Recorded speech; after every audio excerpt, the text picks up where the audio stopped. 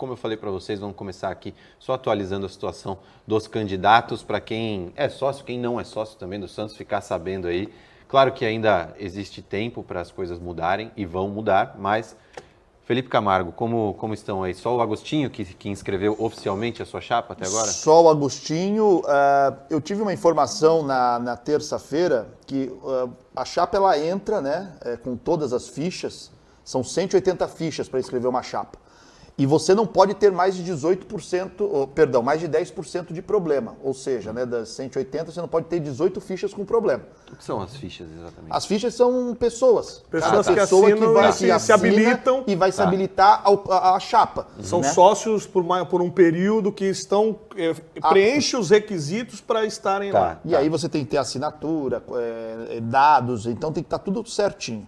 O Ricardo Agostinho deu entrada nisso na segunda-feira, no período da tarde, e o que eu sabia é que a Secretaria Social ainda estava verificando ficha por ficha se estava tudo ok. Na terça eu soube que ainda não tinham verificado tudo.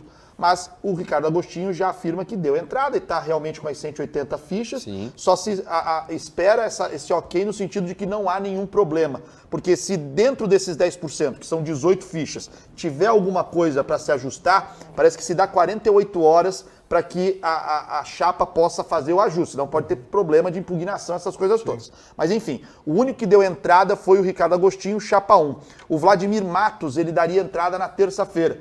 Só que muita gente desceu a serra na terça por ser véspera de feriado. E parece que algumas pessoas que tinham fichas ficaram presas na estrada. E aí, 5 da tarde, fecha a Secretaria Social. Não deu tempo e de não reunir deu todos. tempo de reunir todos. Eles entenderam, embora eles organizaram ali no comitê deles um churrasco, teve grupo de samba e tal. Samba não, escola de samba e tal. Fizeram lá o lançamento da candidatura, o comitê teve uma certa festa, mas o registro da chapa acontece na quinta-feira, amanhã. Né, pela manhã. Mesma ideia tem o Rodrigo Marino. Né? Rodrigo Marino também pretende nesta quinta-feira registrar. Bom, aí é uma questão de ordem. Chapa 1, Ricardo Agostinho. 2, vai na ordem, Vladimir Matos e Rodrigo Marino. Nós temos o Marcelo Teixeira, que vai ser pré-candidato. Informações dão conta de que pode ser sexta-feira ou no sábado. Vamos aguardar. O limite é domingo, até as 5 da tarde, para que a chapa seja registrada. Maurício Maruca é um pré-candidato, que é uma grande incógnita para saber se ele terá até domingo as fichas necessárias, né? Conversa com a gente no De Olho no Peixe, no Santos Futebol Rádio, na sexta-feira. E né, a informação que eu tenho, né, que deve ser oficializada, é que Wagner Lombardi e o Edu Santista não devem conseguir formar a chapa, né?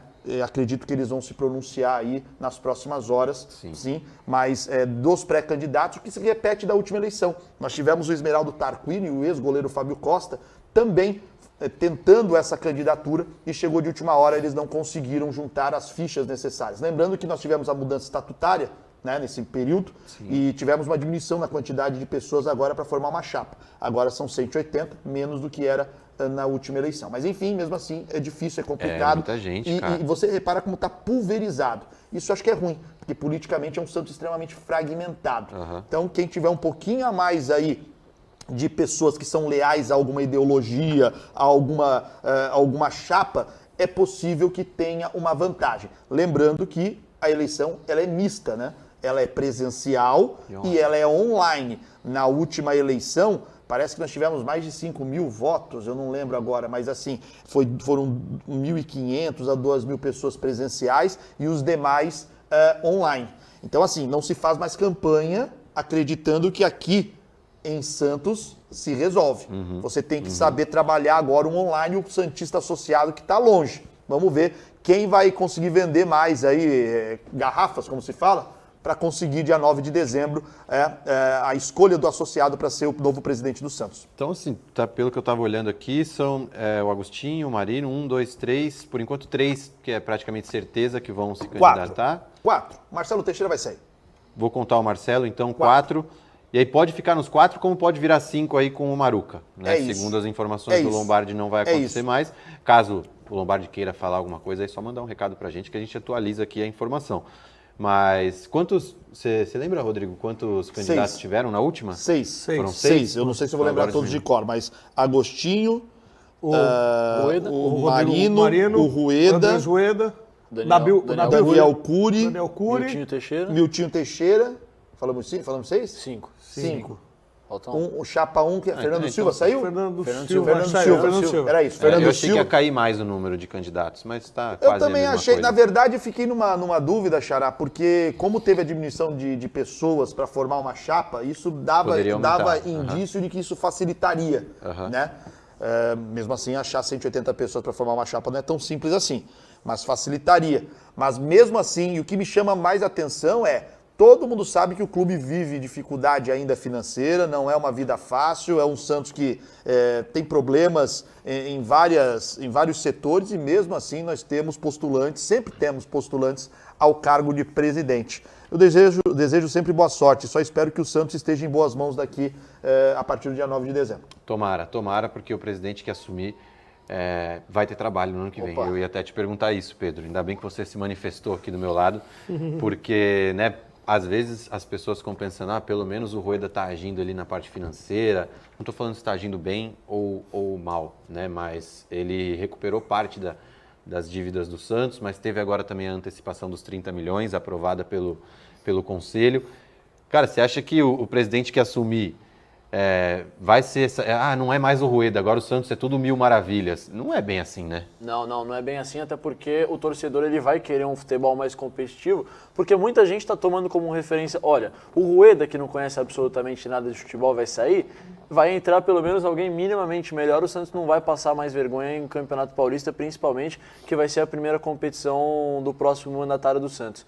Então, vai muito justamente por conta disso que o torcedor está pensando de um meio futebolístico, mas o que a gente tem que entender também é que boa parte da promessa do presidente Andrés Rueda de praticamente ir liquidando aos poucos a dívida do Santos, de pelo menos ter uma diminuição durante esses 3 anos de gestão, não conseguiu ser cumprida muito porque teve um desespero nesse último ano para conseguir fazer contratações no meio da temporada e a dívida, desde que ele assumiu até hoje, cresceu mais de 100 milhões em relação ao balanço fiscal do Santos Futebol Clube. Então, futebolisticamente, o próximo presidente vai ter trabalho, financeiramente também e administrativamente nem se fala. Então, muita coisa, a gente tem dúvida, a gente não sabe quem vai ser o diretor, a gente não sabe quem vai ser o treinador, tudo vai depender dessa escolha aí da próxima gestão.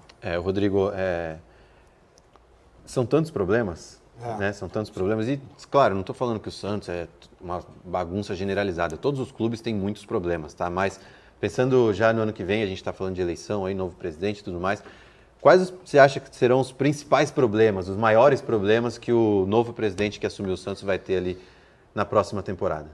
O primeiro problema vai ser montar o elenco do ano que vem. Sem dinheiro, sem recurso e trazer o Santos a competir novamente.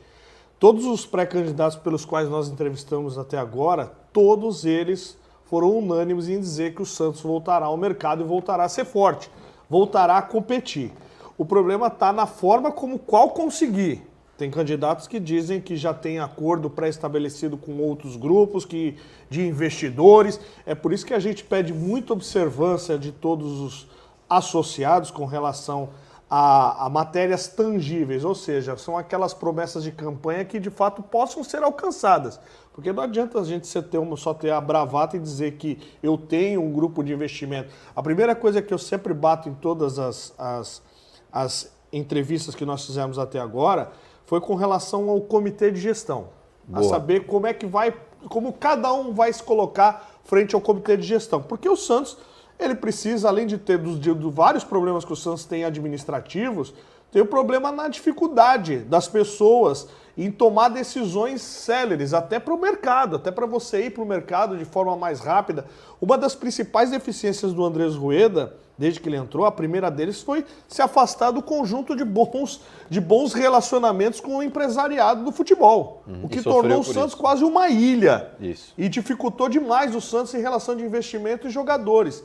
Então você pode notar que o Santos tem hoje um dos elencos mais caros, mas com uma qualidade de futebol muito longe daquilo com o qual o Santos põe dinheiro. Então a gente tem que observar de que forma a coisa vai se dar, como os recursos virão, principalmente como vocês já mencionaram, a antecipação de cotas do Campeonato Paulista. Se o Santos ficar nesse meio aí e não conseguir uma vaga na Sul-Americana, tem as suas receitas e o seu ano muito comprometido. Eu ia falar exatamente isso. E aí só com dois campeonatos a disputar, então fica muito complicado da gente ter um ano, pelo menos com essa base, uma base muito pouca que ficará desse elenco, para montar um elenco muito forte. A não ser que, primeiro, o presidente se coloca a questão do Marcos Leonardo, a venda do Marcos Leonardo, para tentar dar uma equacionada no caixa e continuar manter esse planejamento de pagamento de contas, que foi o que o Andrés Rueda melhor fez, foi a relação de alongamento de dívidas, de organização de dívidas, mas o próximo presidente vai ter que resolver, por exemplo, a questão da arena. Já tem candidato dizendo que a relação com a W Torre não é o melhor caminho, que pode ser um caminho a ser revisto. Então, vejam vocês de que forma a gente tem que observar muito de perto como as coisas estão sendo conduzidas para que depois não nos arrependamos. Eu tenho uma curiosidade. No ponto das competições, porque o Santos pode ter, igual você falou, 2 competições apenas a disputar. Diversos jogadores vão voltar de empréstimo. E aí o próximo diretor de futebol pode ser o Alexandre Galo, pode ser outro, dependendo do presidente. A gente não sabe quem vai ser o presidente também. Vai ter que correr atrás disso. O próximo técnico também, que a gente não sabe, vai depender também da escolha do diretor de futebol. Vai ter muitos problemas. Então, o ano de 2024 do Santos é um ano que, assim, vai ser de muita reconstrução. Até que posição classifica para a Sul-Americana? Até 14º, com o São Paulo e Fluminense entre os. Então é quase que automático se livrar do rebaixamento e ir para a Sul-Americana. 15º e 16º. 15º e 16º é nulo.